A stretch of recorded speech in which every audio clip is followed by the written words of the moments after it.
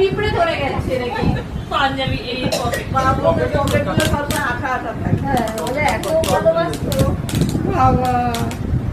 এই সেই গুড় খাওয়ারই সুগারে ধরা পড়েছিল নাকি?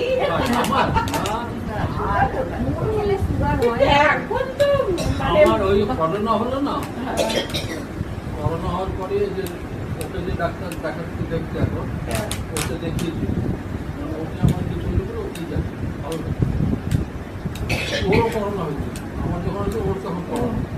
ডাক্তার সবাই দেখে ছেলেটাকে খালি ফোন করে জানতাম।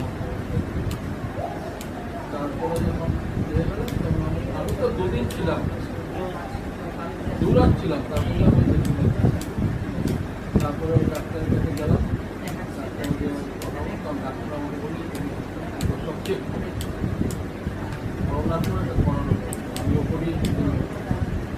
আমার সব চেক করতে দিল, এক্সরে টেস্ট সব দিল, ব্লাড টেস্ট বাকি সব টেস্ট। না খেয়ে 258